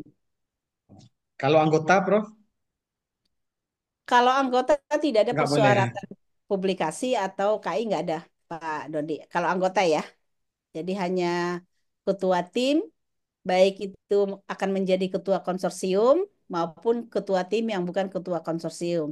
Tapi untuk Oke, menjadi ketua konsorsium tadi ada satu tambahan persyaratan ya Bapak Ibu ya, KI ya. KI satu. Yang ketua konsorsium harus ada KI satu, tapi kalau ketua tim saja tidak dipersyaratkan KI. Betul Pak. Kemudian yang tadi kalau syarat publikasi tadi kalau hanya sebagai anggota di dalam publikasi itu diperbolehkan, Prof? Oh sebagai anggota enggak dong Pak, kan Nggak harus boleh ya, harus penulis, corresponding nah, penulis utama atau corresponding author ya. Oke, baik. harus penulis pertama atau korespondensi. Oke, baik. Sebelum kita akhiri, ini kita minta dulu kalau masih ada, kita beri kesempatan kalau masih ada satu lagi pertanyaan. Mana tahu nanti Boleh pertanyaan izin ini. Pak Dodi? Oke, ini yang terakhir ya. Ini yang terakhir, maaf Prof. Ini kita beri Ya, kesempatan satu lagi terakhir dari Bu Rita Ah, Maliza. Silakan Bu Rita. Prof, saya sudah bikin akun, Prof. Cuma di sini kita klik sinkronisasi, semua pada skornya pada nol, Sinta dan sebagainya. Kita klik sinkron, itu tidak update. Itu butuh jangka waktu berapa hari ya, Prof, untuk mensinkronisasi. Baru kita mau lihat apakah kita eligible atau tidak gitu, Prof. Terima kasih, Prof. oh itu ya ada masalah di Bima Di ya Bu Bima ya. ya. Bima kan ya Bu ya? Di akun untuk bikin itunya, Prof. Realisasi Di risetnya, Bima. Prof. Oh ini Bu di Bima Bu kalau yang ini. Oh, yang Bima ya? Oh, Kalau Recoup itu di Bima Bu. Kalau oh Recoup yang yang hilirisasi. yang hilirisasi ya itu memang lagi itu baru pengembangan awal Bu masih eh, itu platform baru memang masih berjuang untuk sinkron Sampai di dengan Bima. Didikti yang masih beberapa kali tidak sinkron ya Bu ya. Tapi kalau yang sekarang kita bicarakan ini Bima ya, Prof ya. Oh, saya. Bima ya Bu ya. Baik. Berarti usulannya di Bima seperti eh, apa yang pendanaan dikti sebelumnya ya, Prof ya. Oke. Ya, Baik, betul. Prof. Terima kasih, Prof. Jadi Bapak Ibu masuk ke ini saya udah buka Bima, Bapak Ibu masuk ke ini ya Bapak Ibu ya. Bapak Ibu masuk ke Bima, masuk ke program lainnya Bapak Ibu. Ini ada program lainnya. Di program lainnya ini ada konsorsium, Hmm. kelihatan ya Pak Dodi Bapak Ibu ya. Ya, ya. Nah, di konsorsium ini ada usulan riset konsorsium unggulan berdampak. Nah, di sini Bapak Ibu untuk mengusulkannya. Jadi bukan di usulan reguler ya Bapak Ibu ya. Adanya di program lainnya dan di bawah program lainnya itu kan ada banyak tuh ada prototip, kosa bangsa gitu ya. Nah, adanya di konsorsium. Itu Bapak Ibu, karena saya ketua LPPM, ada persetujuan LPPM, karena saya juga adalah reviewer, jadi di sini ada evaluasi. Kalau Bapak Ibu mungkin bukan ketua LPPM, bukan reviewer, ya hanya muncul sampai tiga tadi itu gitu ya Bapak Ibu ya. Jadi di sini Bapak Ibu, kalau di Hili Riset, itu ya Bu ya, lagi bermasalah ya itunya ya. Tadi sih saya buka siang, saat cek, nggak masalah ya. Boleh juga Prof dijelaskan sedikit tentang yang di apa program yang hilirisasi riset ini? Boleh. Masih kelihatan Pak ini saya? Ini saya bisa kok Bu. Masih. Eh, belum share. Oh, nggak kelihatan ya share screen-nya ya. Oke, tadi saya sambil login. Bapak Ibu loginnya pakai NIDN sama dengan login di Bima ya Bapak Ibu ya. Jadi data di Bima itu sudah ditarik. Bapak Ibu login sesuai dengan data di Bima. Nanti begitu masuk Bapak Ibu login, memang pertama-tama harus sinkronisasi ya. Kalau Bapak Ibu tidak bisa masuk, kalau di awal login itu Bapak Ibu bisa forget password Bapak Ibu. Ini saya coba saya log out dulu. Kelihatan ya Pak Dodi ya?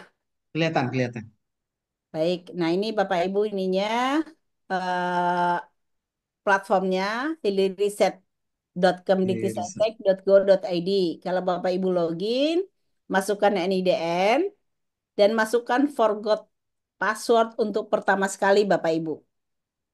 Kalau saya tidak perlu lagi karena memang saya nyoba-nyoba menguji sistem, jadi saya sudah lakukan forget password di awal, saya udah ganti password Bapak Ibu, sehingga saya sudah bisa masuk. Nah setelah masuk Bapak Ibu jangan lupa sinkronisasi dulu, gitu ya Bapak Ibu ya. Oh mungkin ini Bu, begitu setelah saya sinkronisasi kok tetap nol gitu ya. Coba Ibu refresh. Kalau refresh itu langsung berubah Bu. Oh, baik, Prof. Tadi sudah di refresh juga, sudah log out juga, Prof. Mungkin karena ada kerusakan, mungkin. Bagaimana? Tadi Oke, sedang katanya cek berkala lagi ya, Prof. oke, oke. Oh, berarti sedang maintenance ya. Ya, Baik. terima kasih banyak, Prof. Sama-sama Bu. Oke, Ya udah saya jelaskan terima sekalian kasih. ya Pak ya. Ah ya, request langsung Prof. Nier ini barangkali programnya juga akan segera Oke. launching juga. Ini ada 3 programnya Bapak Ibu sinergi. Ini langsung pengusul dosennya. Ini akan kita sosialisasikan hari Rabu pagi. Kemudian ada dorongan teknologi. Ini nanti yang mengusulkan adalah Ketua LPPM. Ini Pak Marjuki nanti hanya untuk apa? Hanya untuk klaster mandiri dan utama. Ini agak berbeda Bapak Ibu. Kalau sinergi ini pengusul langsung mengusulkan proposalnya sama dengan dana padanan sebelum-sebelumnya. Tetapi di sini mitra itu tidak harus masuk ke sistem. Jadi tidak ada yang namanya berjodoh di sistem atau yang lain ini berjodoh di luar silahkan. Yang masuk ke sistem ini hanya pengusul dari perguruan tinggi, gitu ya Bapak Ibu ya. Di sini nanti ada 2 skema, inovasi sosial dan inovasi komersil. Kemudian dorongan teknologi ini adalah mendata hasil-hasil penelitian di perguruan tinggi klaster utama dan mandiri, apakah sudah siap untuk dihilirisasi atau tidak.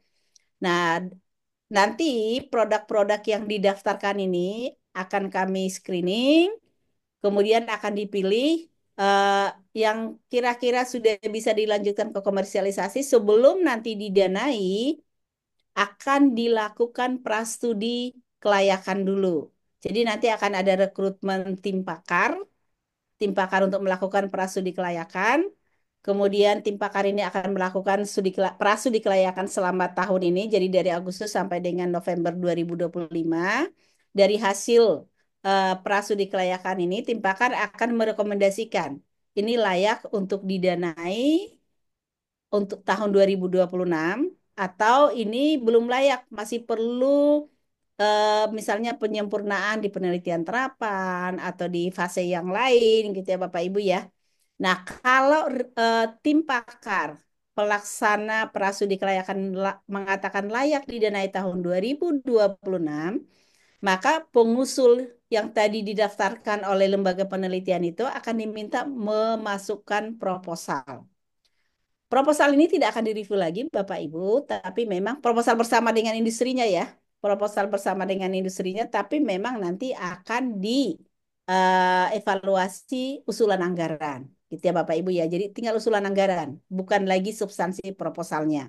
Nanti untuk menyepakati apakah layak kalau misalnya pengusul ini meminta anggaran sekian gitu ya Bapak Ibu ya. Itu yang akan didiskusikan antara reviewer dengan pengusul. Itu dorongan teknologi.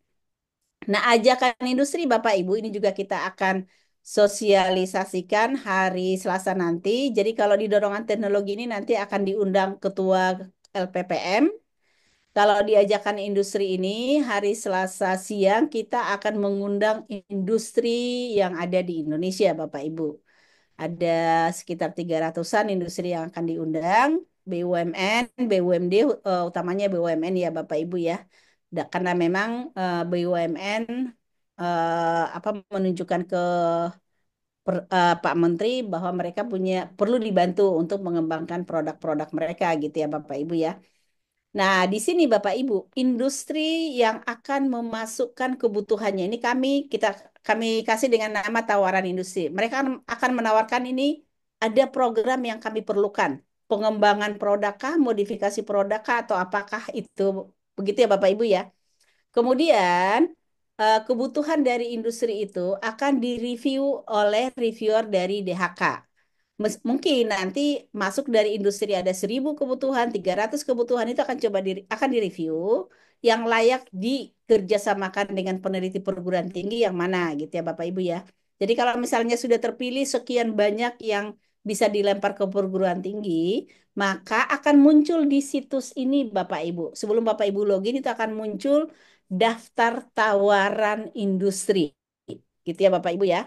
Nah, Bapak Ibu di perguruan tinggi individual masing-masing pengusul itu bisa menargetkan mau mencoba mengajukan usulan buat menjawab kebutuhan industri yang mana gitu Bapak Ibu.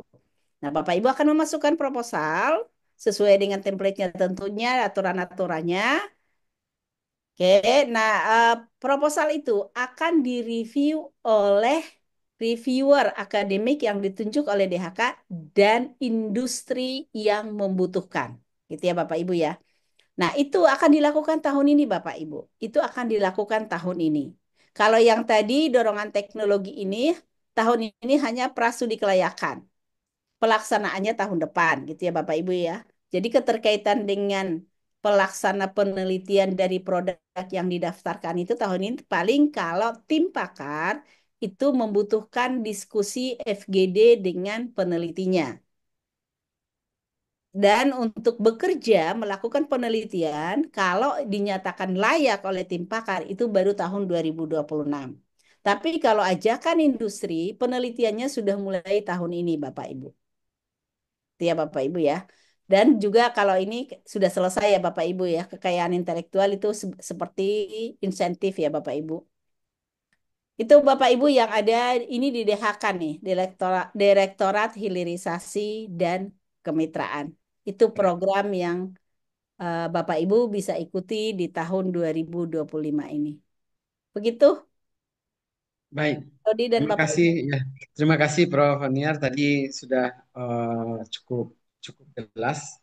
Kemudian terima kasih juga nih sudah berulang-ulang kali Prof. Niar kita undang ke Universitas Andalas untuk memberikan penjelasan-penjelasan dan mungkin waktu saya masih teringat waktu kemarin waktu untuk yang dana hibah DPPM yang lalu itu kita Universitas Andalas cukup banyak proposal yang diterima di peringkat keempat. Mungkin ini ada juga karena berkat kita bersama-sama pernah membahas ini terlebih dahulu sebelum proposal itu muncul. Terima kasih, Prof. Kemudian Selamat Pak Dodi, ya, Bapak Ibu. eh, kemudian ini kita beri kesempatan pertanyaan lagi, mungkin singkat saja ya, karena waktu sudah semakin malam juga tentang hilirisasi ini kalau masih ada pertanyaan. Atau mungkin nanti bisa disimpan Pak Dodi akan ada sosialisasi hari Oh Selasa ya betul ya, dan dari Rabu ya. minggu-minggu ya, minggu depan ya. Nah, Jadi minggu depan akan ada sosialisasi juga, dan ini mungkin Bapak dan Ibu silahkan mengikuti sosialisasi tersebut. Kemudian dan jangan ya bosan ketemu dengan saya ya Pak Dodi, Bapak Ibu ya. nggak bosan nih Prof karena semakin dekat kita dengan pengetahuan bagaimana menulis proposal barangkali kita bisa menyiapkan proposal lebih baik lagi sehingga potensi lulusnya semakin besar karena mungkin setiap dosen kita ini punya potensi yang bagus tapi karena mungkin tidak kurang kurang mengikuti apa namanya eh, tata cara dan alur yang dipersyaratkan oleh penyandang dana.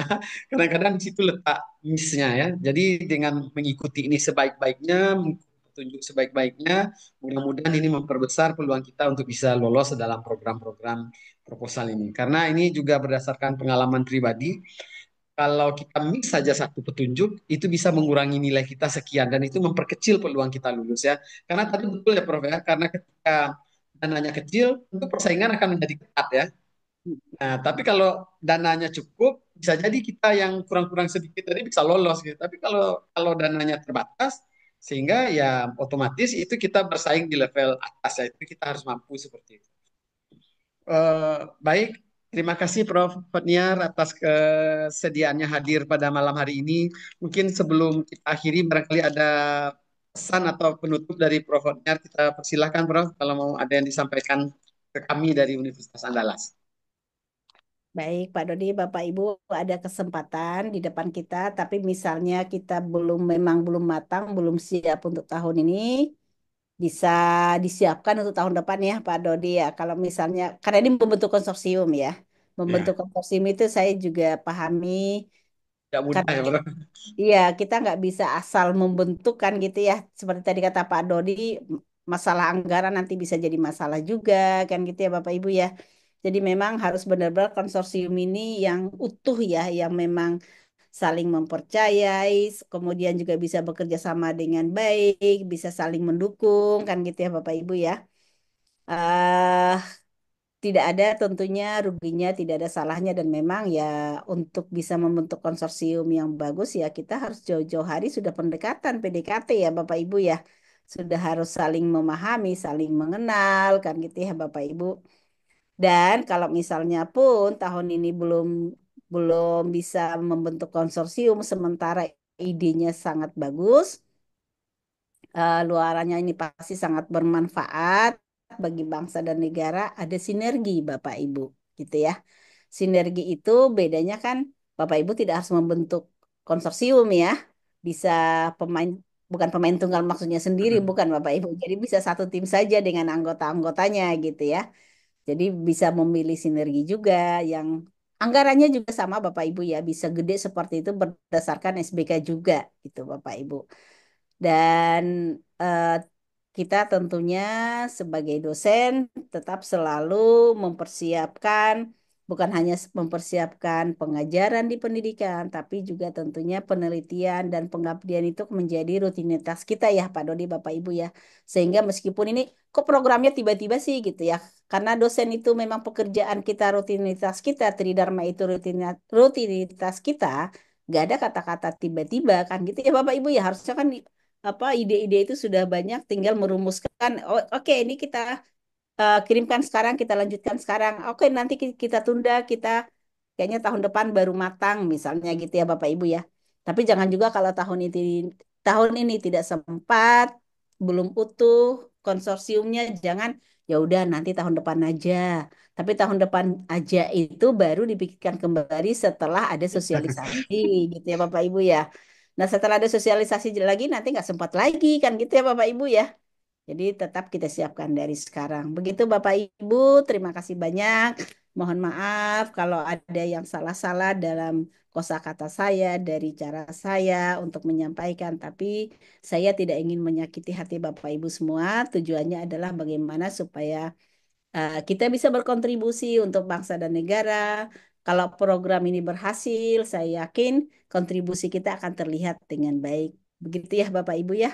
Terima kasih banyak. Salam sehat semuanya buat Bapak Ibu dan semangat selalu dalam menjalankan tugas-tugas kita, menjalankan tridharma kita dan saya kembalikan kepada Pak Dodi. Baik, terima kasih Prof. Niar telah bersedia malam ini ya di sela-sela kesibukannya bersama-sama kita di Universitas Andalas berbicara tentang Rikup ini. Mudah-mudahan dosen kita dapat mengambil banyak manfaat dan segera menyelesaikan konsorsiumnya karena konsorsium ini dikerjakan ya, tidak bisa kita pandang-pandang. Kalau kita mau kerjakan langsung kita cari tim-timnya. Mulai bergerak kita mulai hari ini. Terima kasih atas motivasinya juga. Dan permohonan maaf tadi dari Ketua LPPM karena ada agenda Zoom meeting juga untuk manajemen meeting dengan rektor. Jadi tidak bisa hadir secara utuh dalam kegiatan kita hari ini. Baik, terima kasih atas kehadiran Bapak dan Ibu semuanya. Kami menunggu proposal-proposalnya masuk ke dalam Rikup. Mudah-mudahan Universitas Andalas juga banyak menghasilkan proposal dan didanai. Demikian pertemuan kita hari ini, kita akhiri dengan mengucapkan alhamdulillah alamin. Sampai bertemu kita pada kesempatan berikutnya. Assalamualaikum warahmatullahi wabarakatuh. Waalaikumsalam Waalaikumsalam. warahmatullahi